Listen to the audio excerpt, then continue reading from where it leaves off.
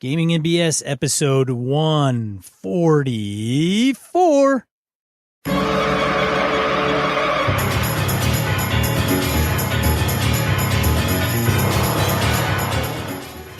Welcome to Gaming and BS, a tabletop RPG podcast. I'm one of your hosts, Sean. And I'm Brett. Welcome to the show. Welcome back, folks. Glad to have you aboard, as always. Yeah. Well, dude, it's like practically, by the time this drops, it will be Origins Eve. This drops on Tuesday and Wednesday.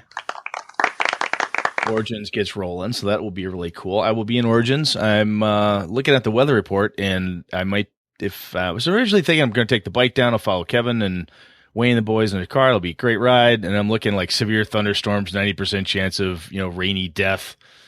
So maybe I won't take the bike. We'll see. We'll see how I ride. But anyway, regardless, I'm going to get down there. It'll be fun. Do you like pina coladas? And getting caught in the rain. Getting caught in the rain. Oh, man. So Gamehole submissions are up and available, as you guys heard from when we had Alex Cameron on the show. If you're interested, I think VIGs are open too. If people had those and haven't renewed them, that probably, I think that'll be done and gone by the time this drops. So forget I said anything. I think that's already over.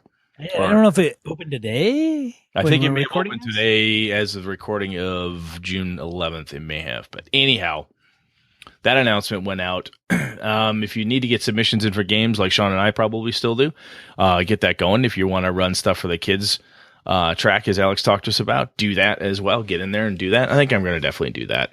Run a game for some kids. That'll be fun. So have you I ask you this every week. Have you submitted your events yet? No, I have not. Have you submitted yours? No, I haven't. That's why I asked. We suck ass. Anyway, I got my write-ups done, and I did find out that Dave Beatty is planning to show up to the Gamehole Con this year. So that means two things. Happy Salmon, and I'm going to have to run a game of Wraith. So I got to get a Wraith game put out there. So, ooh. Yeah. Little old school, out of print World of Darkness action. That'll be fun. That'll be fun. I want to thank Ken Newquist for listening to us in Knights of the Dinner Table issue. God damn. Number 244. And thanks to Roger Braslett for pointing that out. I mean, I would have not have known, but there was a little section where Kenneth was nice enough to list this as a podcast. Great. Super. That was really cool. Roger said, "Hey guys, one more piece of fame for you." I'm like, "Holy shit, we're in print somewhere." I mean, we were very fortunate that we got in on the our podcast where we did our episode with Jen Brinkman on DCC is in the back of the fourth printing of the DCC core book, which was really cool. And then this happened. That's really neat. That's very, very cool. Yes, so that was very nice. And so if you do not know what Knights of the Dinner Table is, go to Google, put it in there, and maybe pick up a few issues. It's fun. It is. I mean, Jolly Blackburn. It's damn good. It's damn good. If you like what you read, go to Facebook and then friend Jolly Blackburn. He's pretty open to connecting with people. Yeah, he's a good guy. Also want to thanks to Ray Otis, patron of the show, for the copy of Plunder Grounds that he's provided us. Yes, very cool looking stuff. He did not have to do that, but thank you so much for Ray for doing that. And then if you are interested in Plunder Grounds, which is a kind of zine that he does for Dungeon World, go ahead and check out his Patreon. We'll have a link in the show notes where you can go and support Ray and his venture there. It is really cool. I mean, looking at the stuff that he sent to Sean and I just to peruse, it's really good. And Ray does great work. So, hey, throw some love to Ray. And speaking of kind of that old school flavor, the OSR Encounter Contest is over. We've got all the submissions that wrapped up. Excuse me, I probably should have mentioned something last time. Anyhow, we're done. Sean, I, and Jason Hobbs of Hobbs and Friends of the OSR are currently reading and reviewing, and we will be making our final decisions within the next week or two, and then we'll do the announcement. I didn't see one that was Orc and Pie. I think it's been done. I do believe I think there may have been one joke entry, which was like, you walk into a room, there's a rat and an orc, or something like that. Oh yeah, yeah. There's a giant spider and an ogre. Done. Moving on. It's like a rat, an orc, and a blah walk into a bar. So yeah, I don't even know. Could have been. Anyways, let's get into random encounter. Let's do it. Right. Random encounter. Brett, you want me to go? You want to go? I started off the last one. You do this one. Dang it. All right. It's my notes, so it's probably a little more clear to me. So regarding the Kids at Cons episode that we recorded with Alex prior to this one, Carlin of the Hill People Kendrick lets us know about, speaking of kids games, I'm excited about, I'm waiting for the Magical Land of Yeld to finally be released. The mechanics are easy for first-time kid gamers and the setting pretty wonderful. I don't know what state production is in now, but the developers regularly post and do live chats.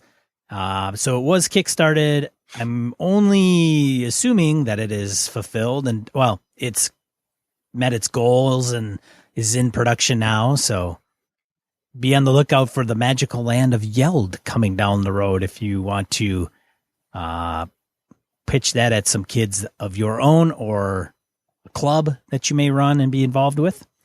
I'll continue to sum this up. Matt Bonehuff, he was the individual that had let us know that he was doing a club that was similar to my idea. Good episode in addition to my middle school RPG club that he's talked with me about before. He says, I'm setting up RPG programs at 3 local libraries, all with the end goal of getting more kids at my local convention, New Mexicon. That is awesome. Man, that is no small feat. That takes some time and some effort, man. Good for Matt. Jeez. Yeah, so that's 3 local library events and a middle school RPG club that he's got going. So, damn, Bonhoff, you're kicking ass, man.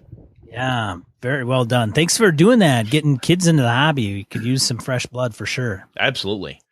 And, okay, next up, Walt emailed us and said, hey, Brett and Sean, over the weekend I ran a 5e adventure for a group of friends. The party is made up of 7 third-level characters. 2 barbarians, 1 paladin, 1 rogue, 1 druid, 1 monk, and a cleric/sorcerer. I'm pretty new to the DM's chair, and this was the biggest party I'd ever run a game for. Since I've been listening to you guys for more than a year, now I went to the session armed with several tips and tricks. Thanks to you guys, you're brilliant listeners. The story was solid and the role-playing went pretty well. The problem I had was combat. While preparing the adventure, I used Kobold Fight Club to gauge difficulty. The results said that this should be a hard encounter, which is just what I wanted for a low-level party. Challenging, but not deadly. Unfortunately, when we were actually at the table, the party breezed right through the bad guys. When talking to the players after we finished playing, they said they had fun, but the general consensus was the fights seemed to need to be a little more challenging. Admittedly, there were some horrible rolls on my part, but I feel that I could have done a better job running the baddies. I'm wondering if you guys have any suggestions that would help me get better at tactical combat.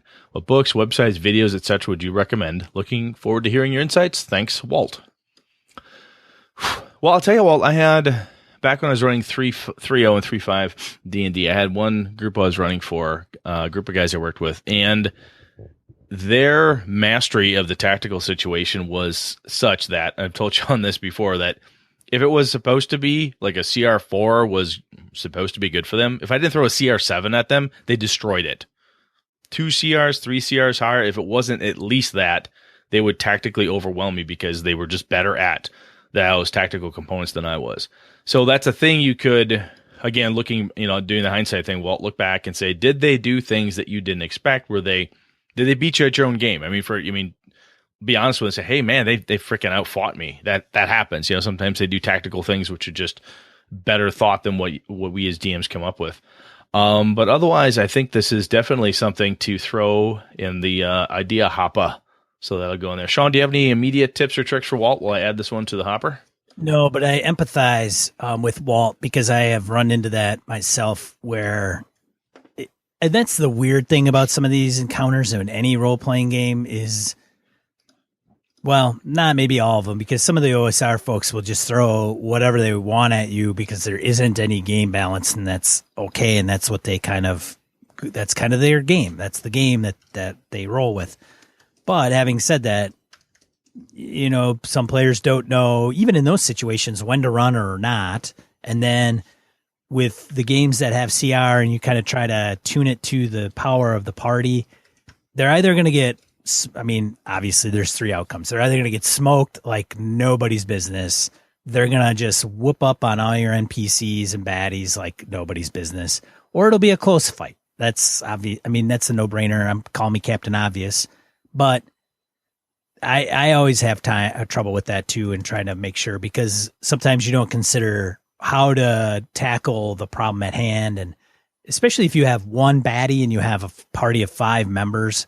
I mean, they're getting 5 attacks to your 1, maybe your 2, and so they're just going to whittle down the baddie. So if you could throw some plebes at them to kind of preoccupy them, we could talk about it in another episode, but there's a few things that you could do to make it a little bit more challenging. Generally speaking, that if you were a general and you were dealing with, all right, there's my tactical brain against this other individual's tactical brain.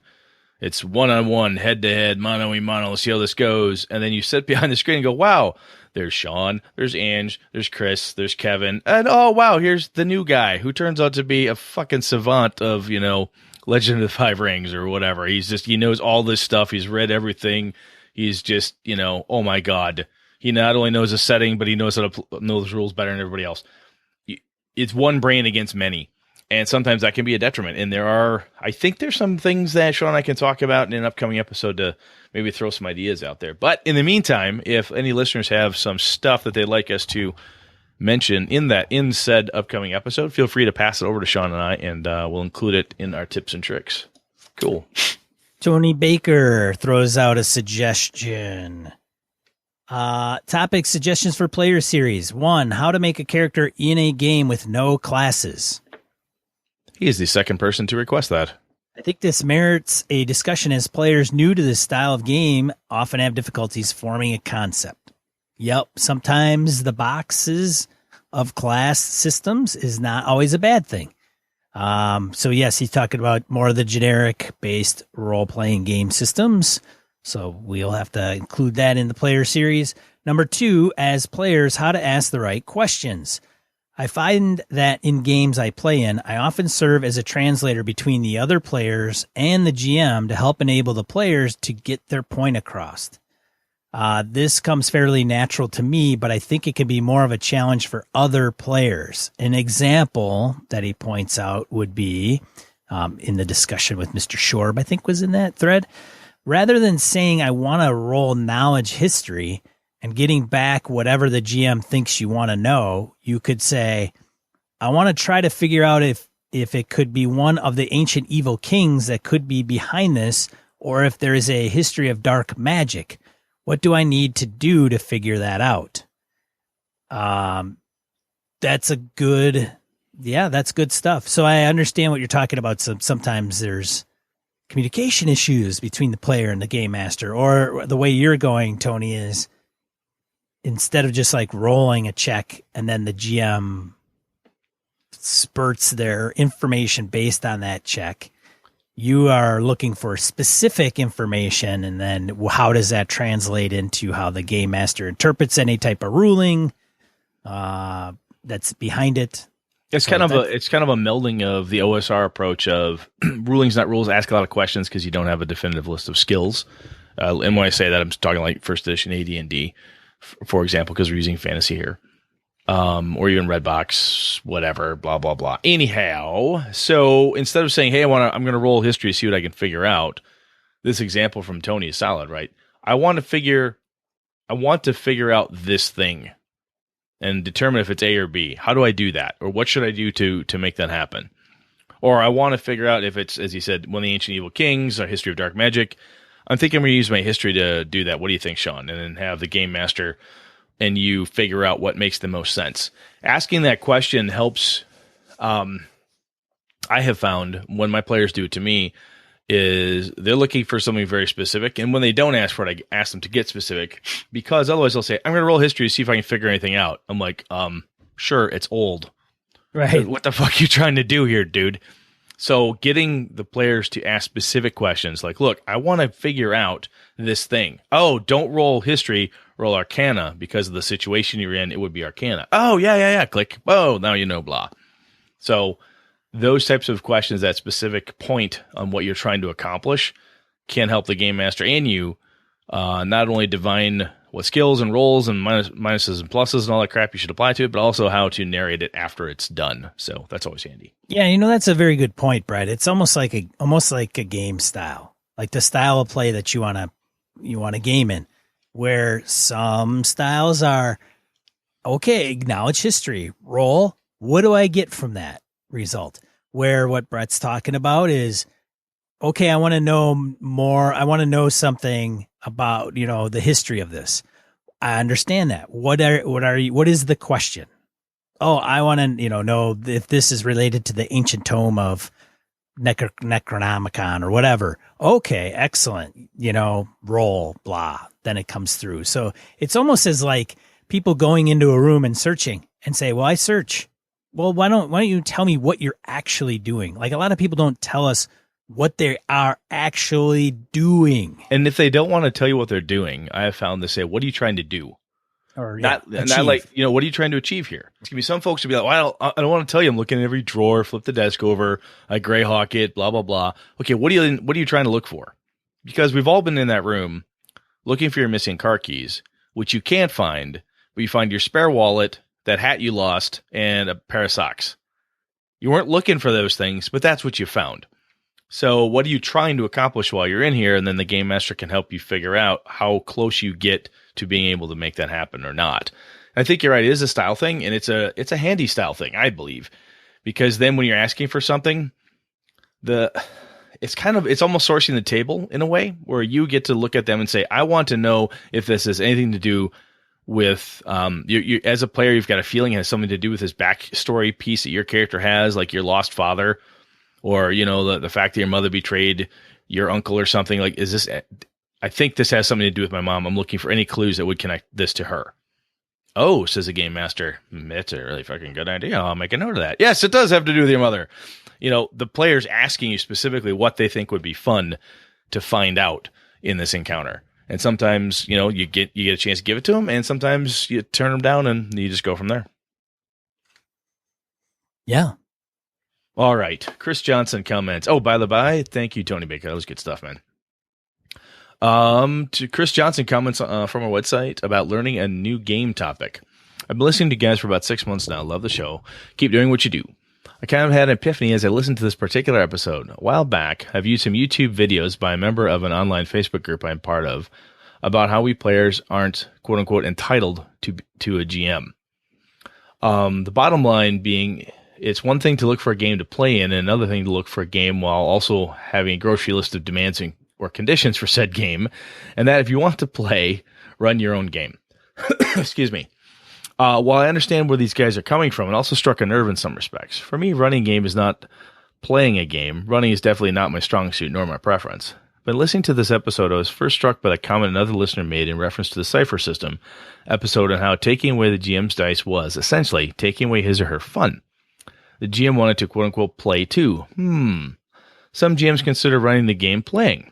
Of course it's playing the game, but I never looked at it that way before. Later, as you two were discussing the main topic, I was again struck by something in a similar vein. Some people actually enjoyed reading the rules. I'm more in Sean's camp when it comes to learning games. I want to learn by playing the game, more so than learning by reading the rules. The rules don't sink in for me until I have in-game context to relate them to. Sure, I enjoy receiving a new rulebook or supplement, but tend to jump around picking, choosing what I will or won't read, and saving the nitty-gritty details until I actually need them.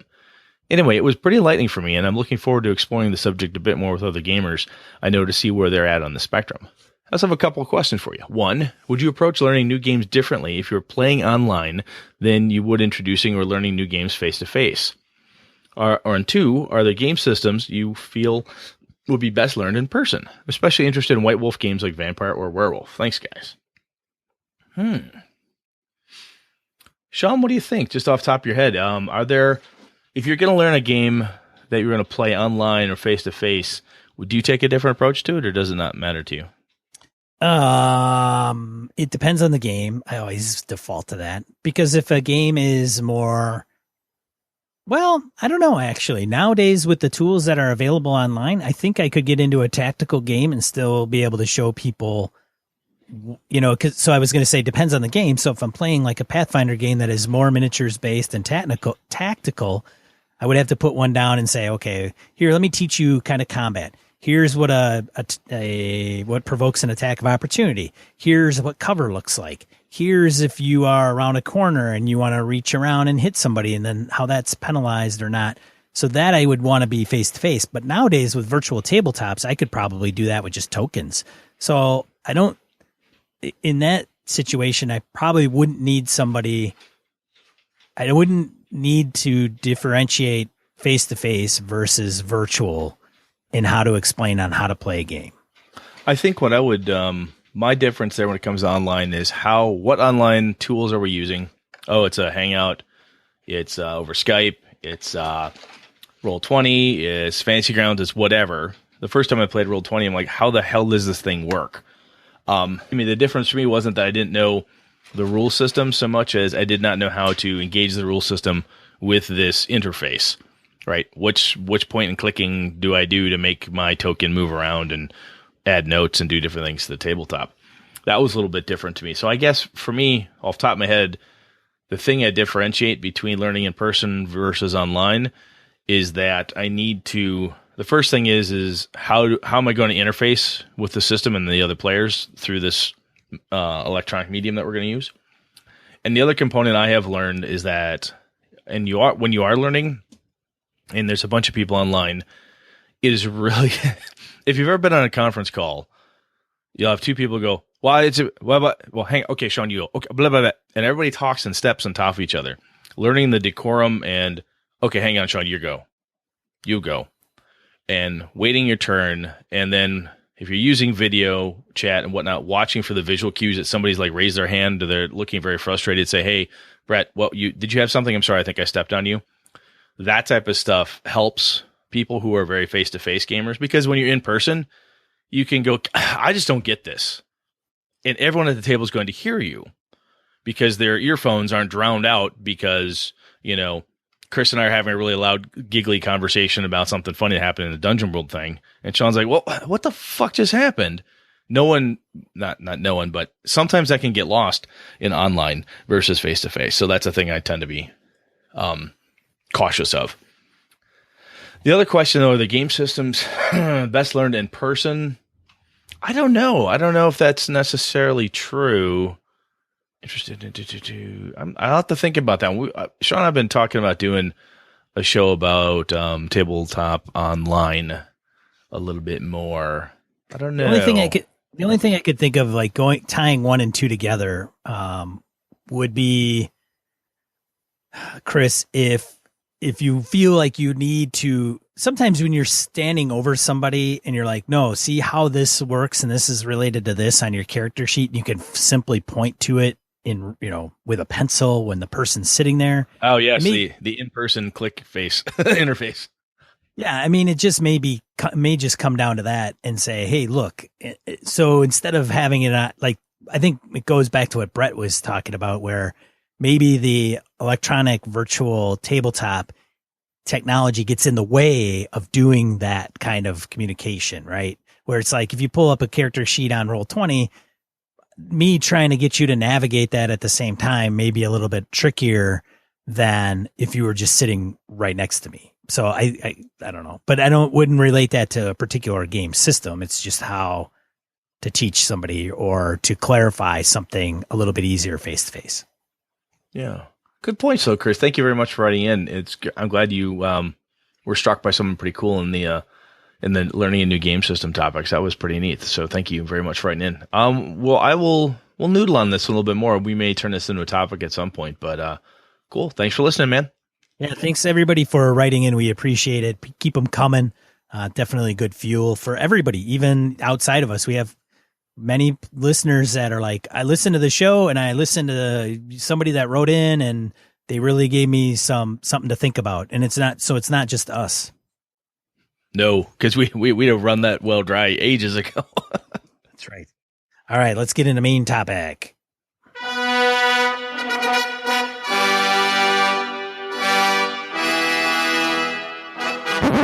All right, Brett, man.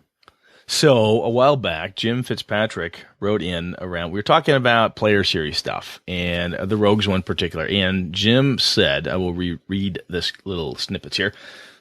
He says, I'm thinking about Rogues in particular for this, but it might be good for player series episodes in general to pose some questions you can ask yourself as a player to help you get under the hood for that class. One example of this in the Thief case is how do I react to danger? Are you inclined to deflect the blame on other people? Maybe you should put some points in charisma. Are you more inclined to pull a blade and exert your physical dominance? Bump up your strength, etc. I thought about that statement from Jim, and I thought, there are things that I've seen my groups do. I've done myself a little bit, kind of a bullet point topic of how, when I think about a character I'm going to play, or I've asked the question of, as a game master, to players, and like, this is the first time that your character's encountered this type of violence. What does he want to do, Sean? And Sean may be like, well, I don't know. I've never thought about what I would do in this first type of violent behavior. And sometimes at the moment you get some cool reactions and whatnot. But there are some questions we as players could ask ourselves about our characters kind of beforehand, especially for those of us who've played before. And if you haven't played before, it would be good for those of us who have to help those who haven't think about it in this way. It's a, I guess, player to player character introspection moment, if you will. How do we feel? What do we do when things happen? You with me, Sean? Yeah. All right. So one thing I want to be clear is I'm not seeing this as we talk in our usual ramble and in circles and stuff. We may come around to find out I'm wrong. But my initial cut at this is not like, how are you bonded to each other? Sean, tell me about a time you saved Brett's life. Brett, tell me about a time that you and Ange were fighting the demon lord of Palor, and you saved Eileen from the dreaded Tarask or something like that. Not that dungeon worldy type of thing or how we're interconnected, but things about that you basically ask yourself about the character. You're sitting down making that character sheet. And I envision this, and I've seen people do this, as bullet point lists, and sometimes just verbalizing things out loud or just running a list of things in their head. For me, at this point, if I don't make a list of it, I have problems, and because I'll forget something. But the other thing that I found very handy is even on your 5e sheets where it talks about how the character sheet, like saying, hey, what do you do when you walk, how does he feel about this? What's their goals and so forth. Sometimes drives and things out of Gumshoe. So anyway, you ready, Sean? Yeah, I'm ready. All right, man. So a couple things I thought of right off the top of my head. One of them coming right off of Jim Fitzpatrick's note to us is, how does this character act when they're in danger? If you're a fighter, I punch danger in the face. Punch danger in the face. And this is one of those things, right? It's for you as a player to just say, hey, this is how I do stuff, man. And whether or not it's something that you ever show the game master or you show anybody else, just something to do. In a role-playing game, danger is your middle name. It's going to come up all the freaking time.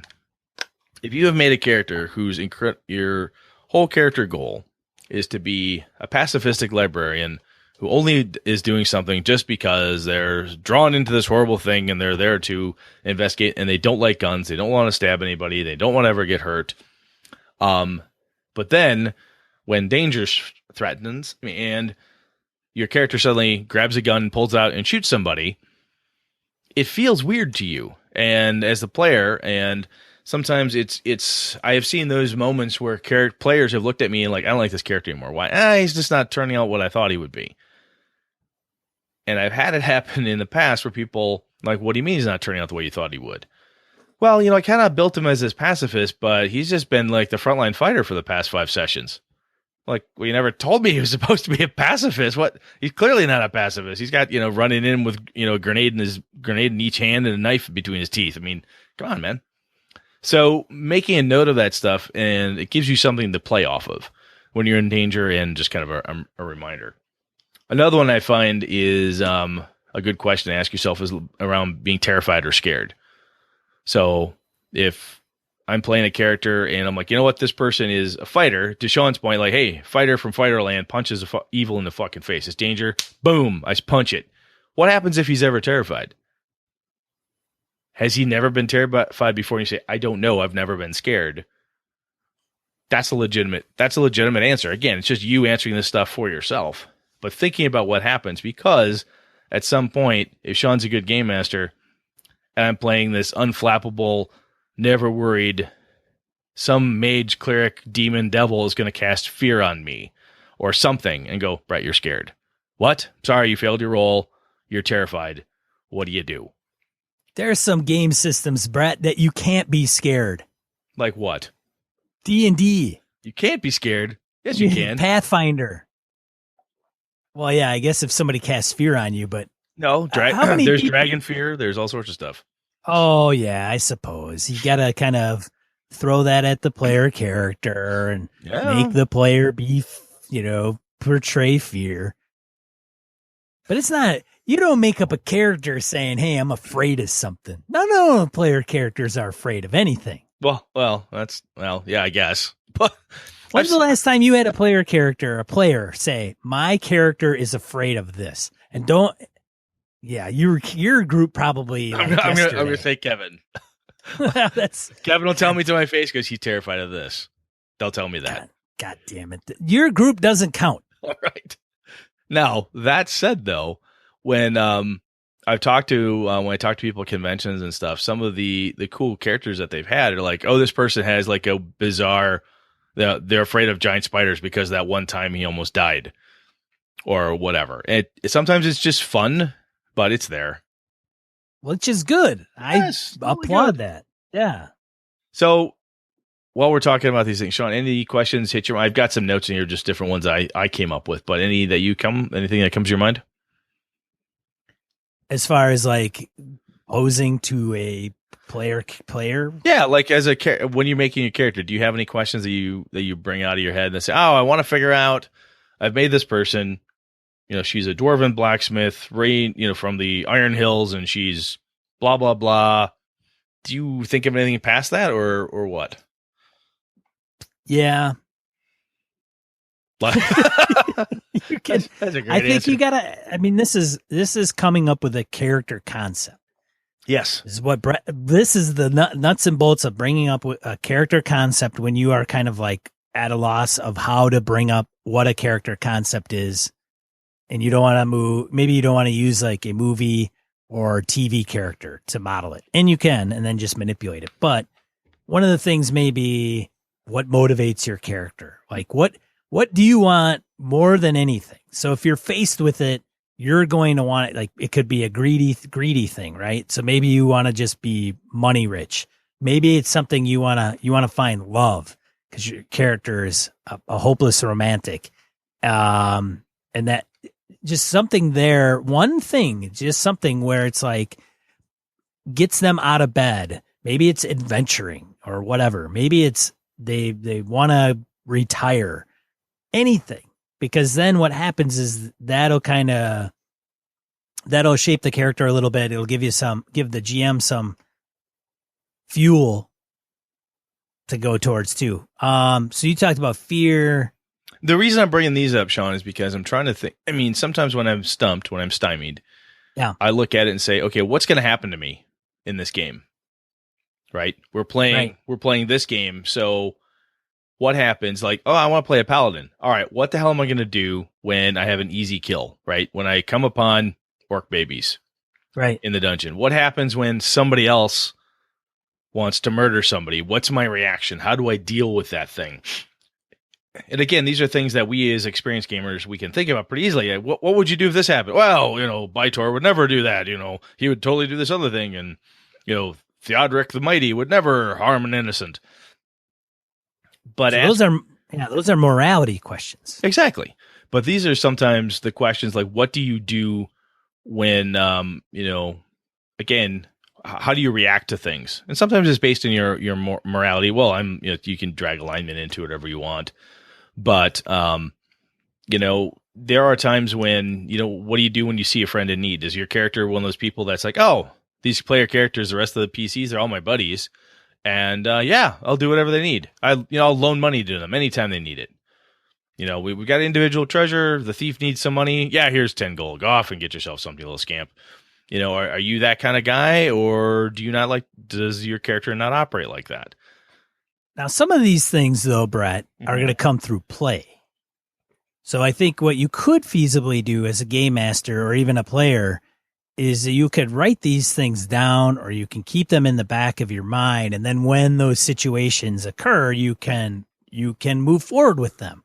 Yes. Right. You could say, hey, I'm a frightful guy, or I get flustered when I'm around the opposite gender or something along those lines, which then your character it grows as it starts the game and goes up different levels and encounters different situations, I'll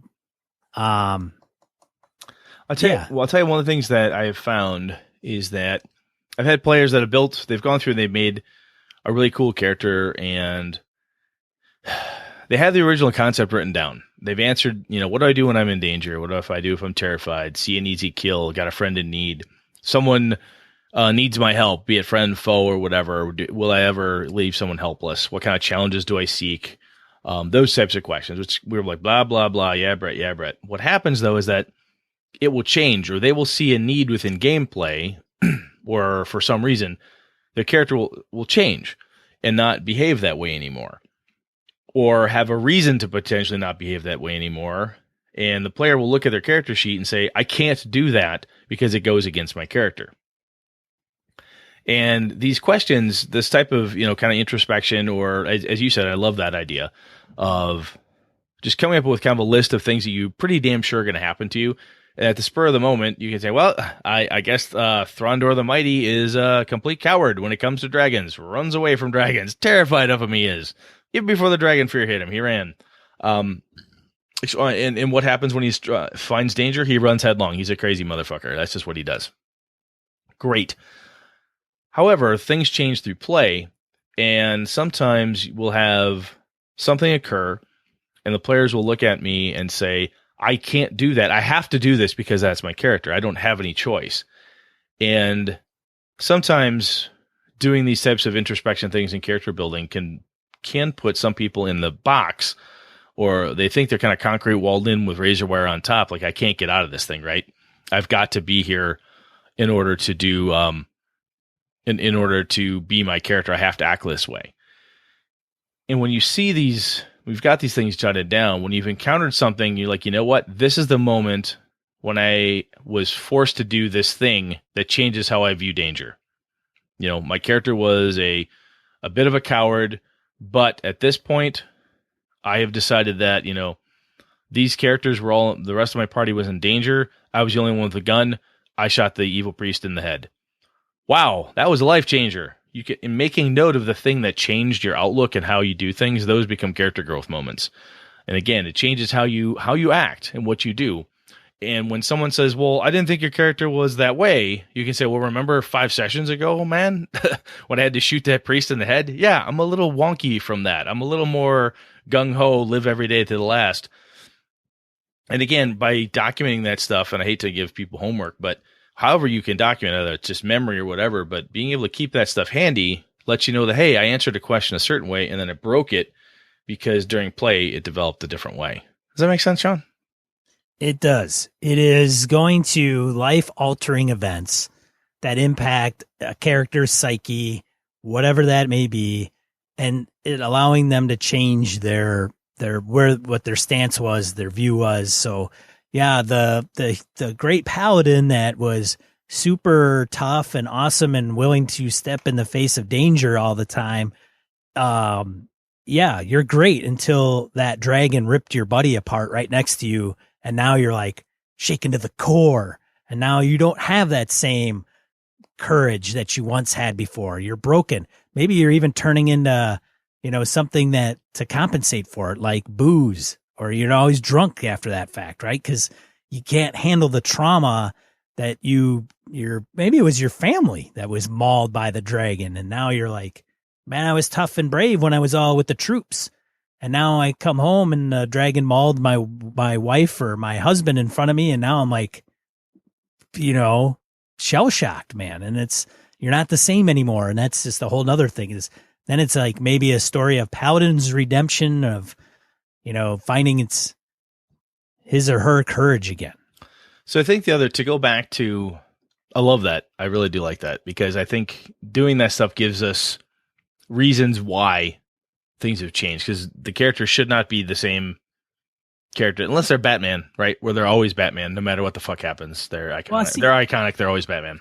I think that one of the biggest shortcomings in many role-playing games, and even some players, not all, but some, is that we're afraid to be weak and vulnerable playing a hero fantasy or some other game. I mean, it could be fiction, science fiction, whatever it is.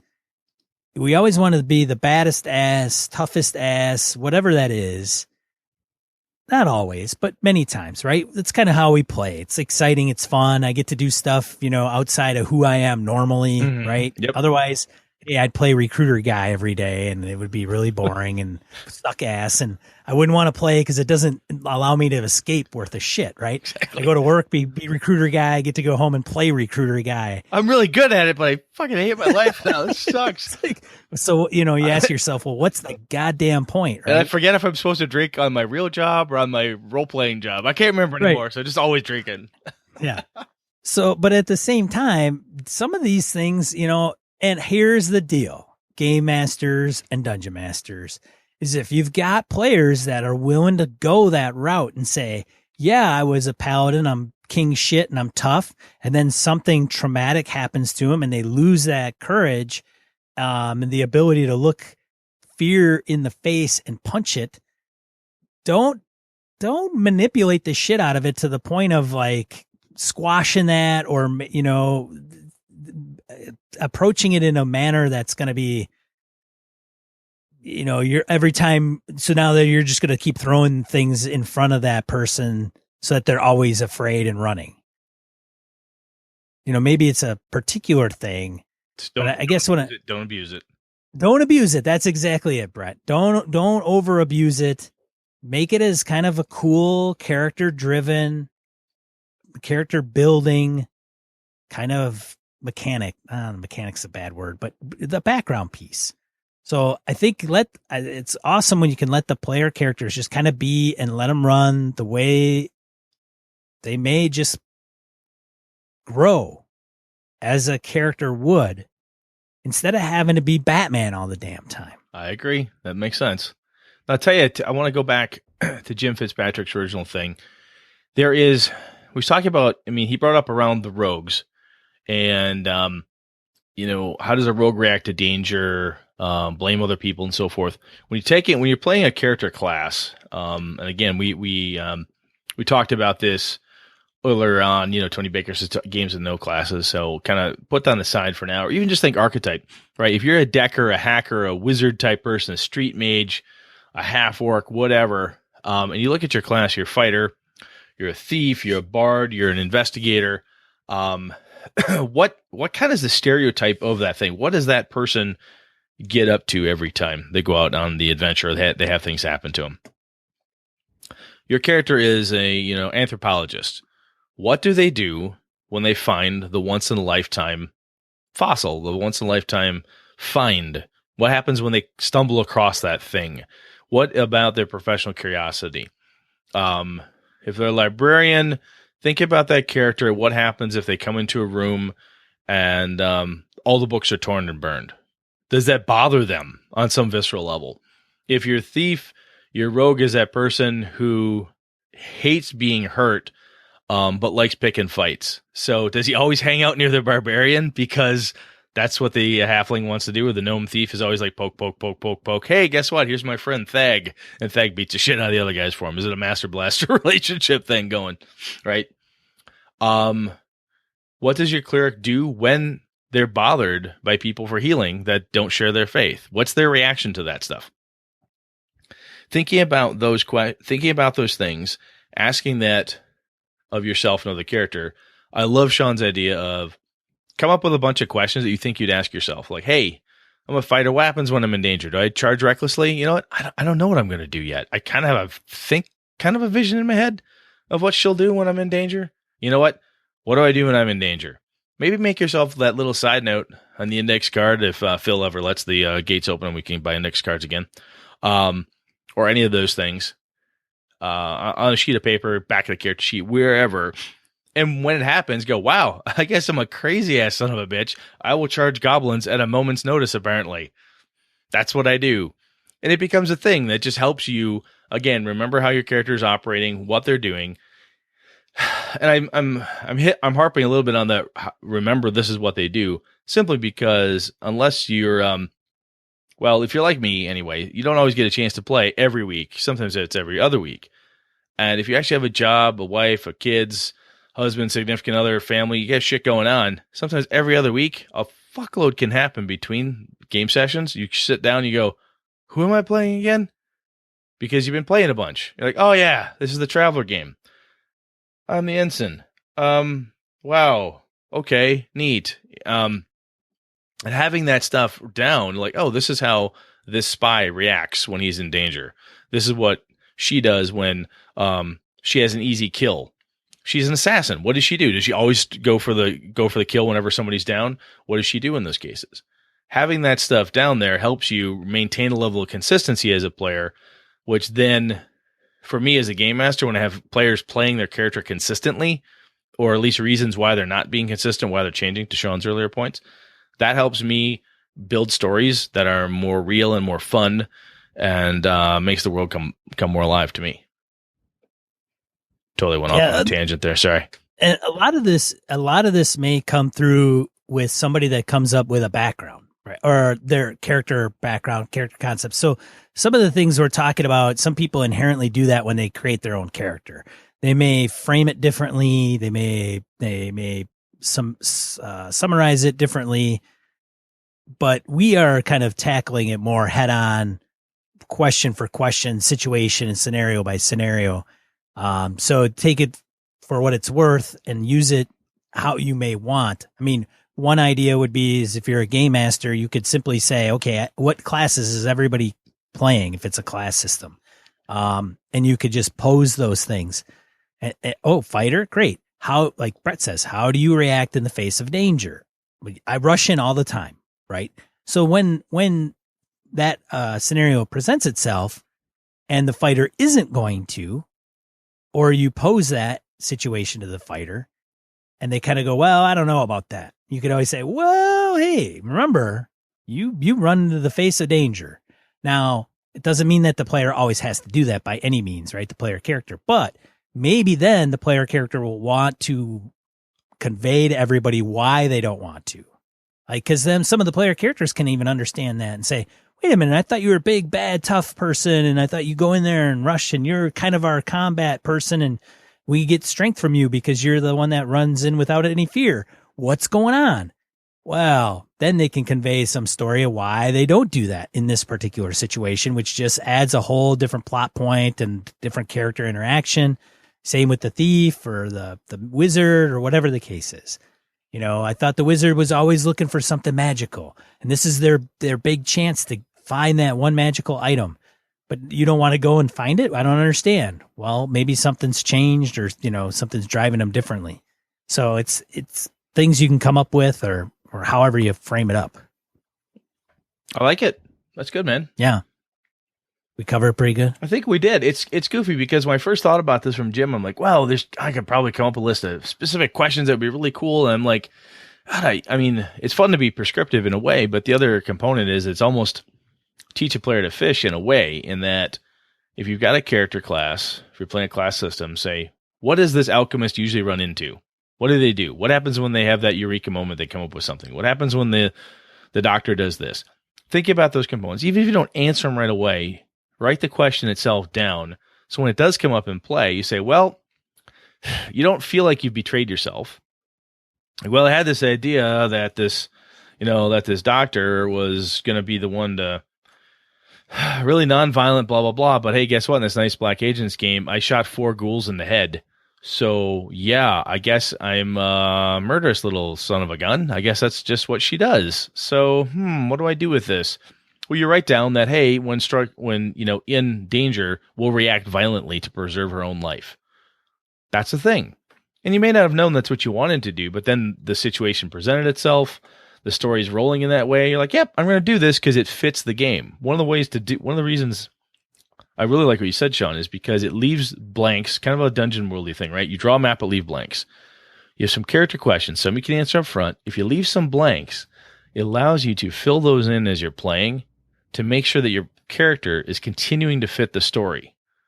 And after 2-3 sessions in, a lot of those questions should be pretty easy to answer. And it's not a guarantee, but you're in a much better space for that character to actually fit with the rest of the party and fit the adventures and everything else that's going on in front of them. So I like that. I think that's a really good approach. Yeah, and as you continue to do it, or your player character continues to follow that kind of stipulation, whatever, then what may occur is you could gain a reputation for that. And then that can play directly into NPCs that the game master is wanting to play, or maybe it's stories or tales of the paladin always rushes in, blah, blah, blah. And then when they meet this paladin, they're like, oh my God, you are the paladin that always rushes into fear. I heard you are the fearless paladin. It's so great to meet you.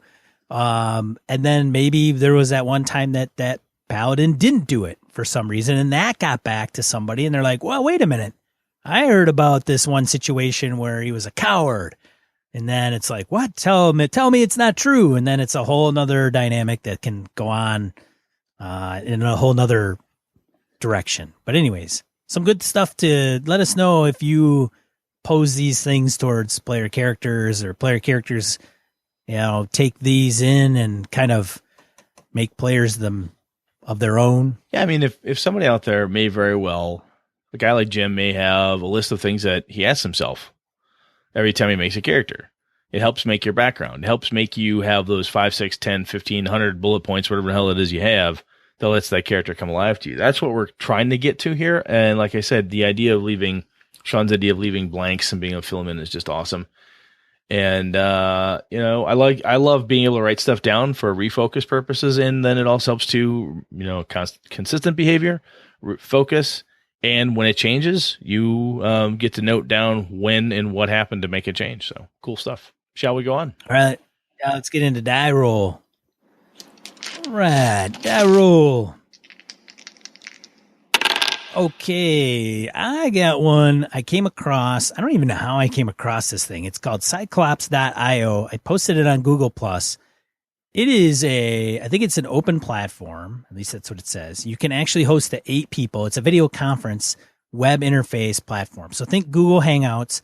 But the thing is, you don't have to have an account. You literally go there. You have to use Chrome, I believe. And you can do screen sharing. But literally, you go in, you start, and it automatically, dynamically puts you into a room. Essentially, that's the URL. And then you share that URL with 7 other people. That's it. They click on that URL and it asks for access to your camera and your mic.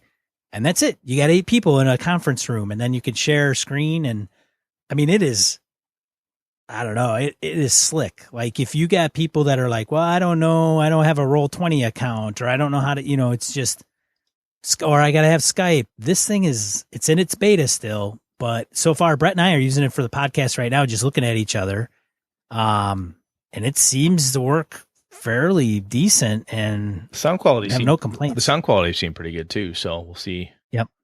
We'll see what we do with it. Yeah. So I thought, wow, this would be great for gaming, for folks that don't want a Google account or don't want to, get a Roll20 account or whatever it is. But it's just, keep in mind, it's really made for video conferencing. But yeah, it's pretty slick. Hey, if there's one thing we've learned over the years, office supplies of any sort will be reused for gaming supplies. That's right. That's what happens. So I came up short this week, so I'm going to grab onto some listener stuff.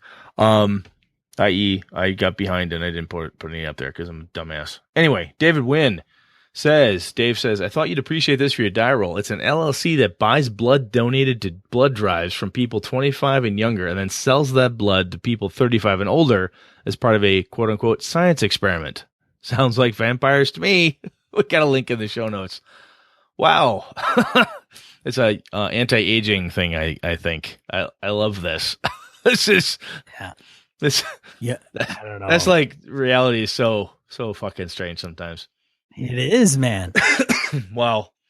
Kevin Lovecraft pointed out a one-page dungeon, Temple of the Moon Priest, from Beholder's Pie / Will Doyle's blog. So got a link in the show notes to that too. If Kevin says his big comment. Oh, sorry. His big comment on that one was like the 3D dungeon that came along with that. Yes, so it's really cool looking.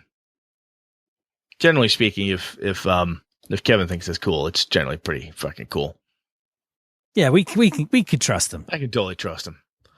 Brian, trust that it's cool. I can trust it's cool because if it's not, I'll just blame Kevin. He rarely sends me in the wrong direction. Brian Kurtzinger lets us know about a Canadian village that is what is this, 10,000 years older than the pyramids? Yeah. What? That's what it says. Well, I'm gonna have to, when I meet Stefan Dragonspawn and any other Canadians of origins, there'll have to be a lot more. Just tells you that the aliens came to Canada before they went to the Middle East. Which is why they were so polite to everybody. Makes sense. But that very well could be. Pure Mongrel posts a link to the Mind/Shift article, Books to Games, Transforming Classic Novels into Role-Playing Adventures. So check that out. It'll give you some food for thought for turning those classic novels into role-playing adventures. I almost equated this to Sanctum Secorum podcast. Yes, it does. It does remind me of that. Also reminds me of the Steel and Cthulhu book I have. That's right. Yeah, that's good stuff. You know, there is a trick to it. Sanctum Secorum does a great job helping line that type of stuff out. And I've talked about Steel and Cthulhu as well. That does a really good job. There's definitely a trick to it. Stealing it whole cloth, like line for line, shot for shot remake, not so good. But if you do it right, it's pretty fucking cool.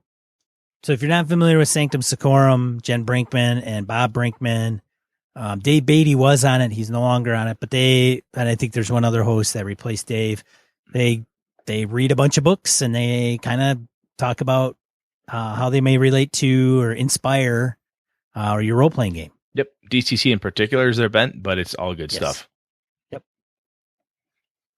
Oh, last one, Christopher Gray points us to 16 of the greatest, sprayiest Scottish insults of all time, which just makes me really super happy.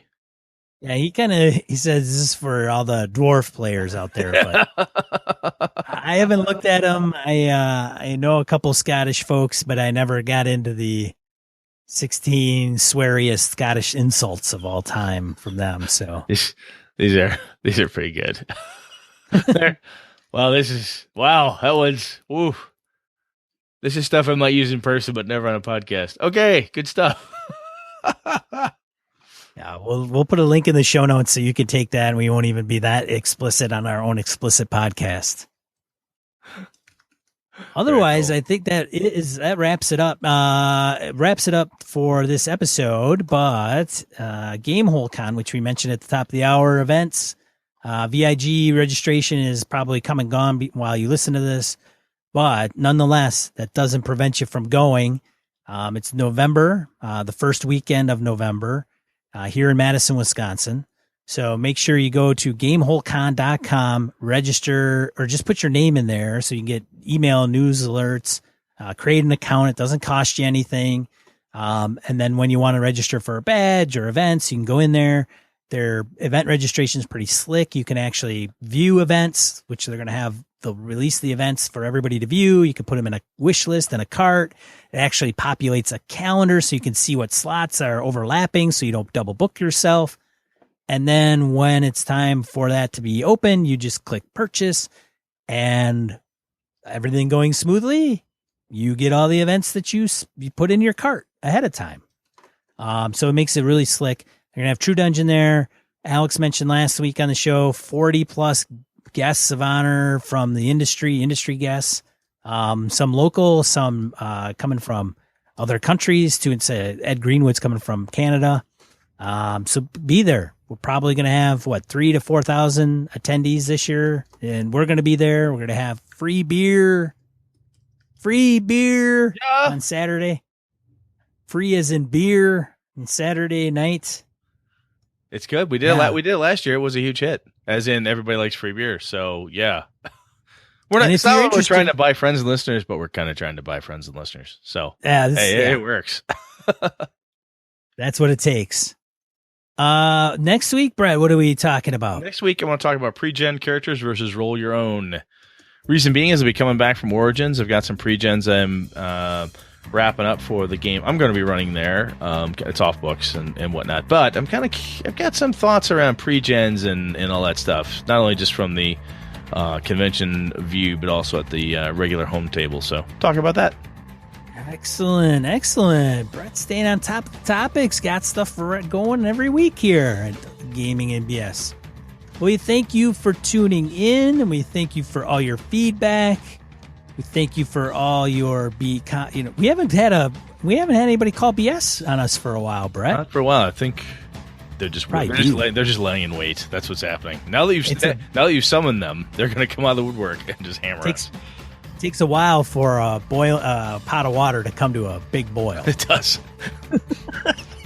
What happens? There'll be like a drive-by, book slam at Gamehole. We'll be walking down the aisle, and someone will jump us and beat us with a player's handbook or something. Be a table flip. God damn it! I can't take it anymore. I got to right into these assholes and set the record straight. Which is the danger of having a booth at Gamehole Con for us, because we're easy prey at that point. Yeah, no ducking anybody there. Hard to do it. All right. Well, for another episode of Gaming ABS, I am one of your hosts, Sean. And I'm Brett. Good night and good game and all. This episode brought to you with the help from the following patrons: Christian Sexy Voice Serrano, Kevin Lovecraft, Joe Swick, Brett's Biggest Fan, Jeff Rademacher, Forrest Aguirre, Mark Anthony Benedetti, Eric Jeppesen, Andy Hall, Sean Nicholson, Tim Jensen, Knights of the Night Crew, Palladian, Jason Blaylock, Remy Bilodeau, Jason Hobbs, Wayne Humfleet, James Carpio, Not Caprio, Pierre Mongro, Lord Tentacle, Corey Johnston, Eric Tankar, Brandon Barnes, Mark Tasaka, Brett Pazinski, Tim Shorts, Dan LaValle, C.W. Mellencamp, Craig Huber, Eli Kurtz, The Lost Sailor, Graham Minor, Todd McGowan, Roger Brassett, Misdirected Mark Productions, Old School DM, Jason, Christopher Gray, Finolf, Ray Otis, Merkel Froelich, Eileen Barnes, Tony Sugarloaf Baker, Todd Crapper, Michael Parker, Jim Fitzpatrick, Michael Drescher, With Static, Alexander Auerbach, Rodrigo Beowulf, Neil Benson, Ron Blessing, Evan Harrison Cass, Chris Steele, Eric Hoffman, Jared Rasher, and Stefan Dragonspawn. Whew. For the cost of a coffee shop coffee, you can support the entire show for a month. Head over to gamingnbs.com/Patreon. That's Patreon. Thank you, patrons. Thank you, listeners. This has been a Litterbox Studio production.